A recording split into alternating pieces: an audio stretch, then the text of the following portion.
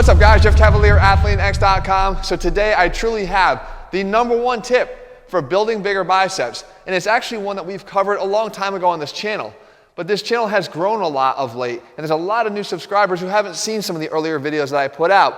And I think it's for one very big reason. As you'll see again today, there's no bullshit here. I'm not giving you shortcuts and all that garbage, guys. I'm giving you things that are gonna require work, but they're gonna work when you do put in the work. And for this, what we have to do here to build bigger biceps, overall, the #1 tip you can never get from anybody is to overload your eccentric. Start paying attention to the eccentric overload and lowering down slowly. It's the #1 thing you have to do because it's where all the damage is done that allows your arms to build back bigger and stronger. It's one of the things I started as a young guy. One of the first things I started to do was just try to control here the eccentric all the way down. Fight it.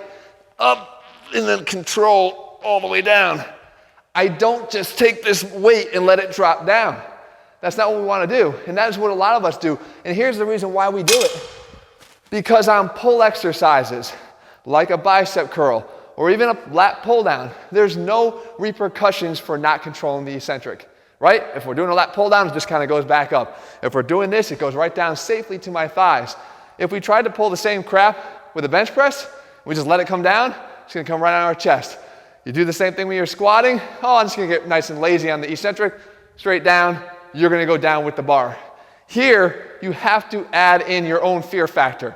Realize that, okay, there's no built-in danger to the exercise, but I can go and slowly lower and fight it. And it's gonna have that effect. Now, you always wanna take a weight that you can control, but once you're in control of the weight, even if you have that little initial cheat that I always sort of advocate, you fight it all the way down. And then you fight it all the way down. And then fight it all the way down. Now, one last point here, it's important. People will sort of point towards, well, Jeff, the bicep tear compilation, isn't this gonna tear your bicep tendon? It's actually quite the opposite, guys. What happens is there's a lot of people that will tear a bicep tendon on, say, a deadlift. And the reason why is they're exposed to high eccentric overload here on the deadlift as they're trying to control all that weight.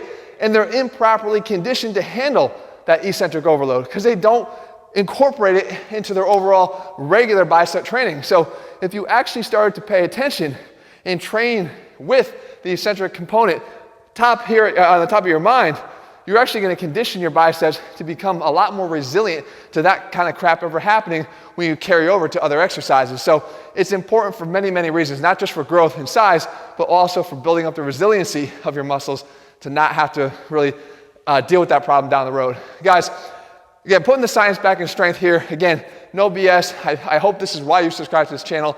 And if you haven't already, make sure you do. And I'm going to continue to try to bring you the best tips I absolutely have and cover them for all the guys that maybe even missed some in the months and years prior. All right, guys, if you're looking for a complete training system that does all this for you and lays it out step by step, that's over at ATHLEAN-X.com. In the meantime, I hope you found this helpful. I'll be back here again in just a few days. See you.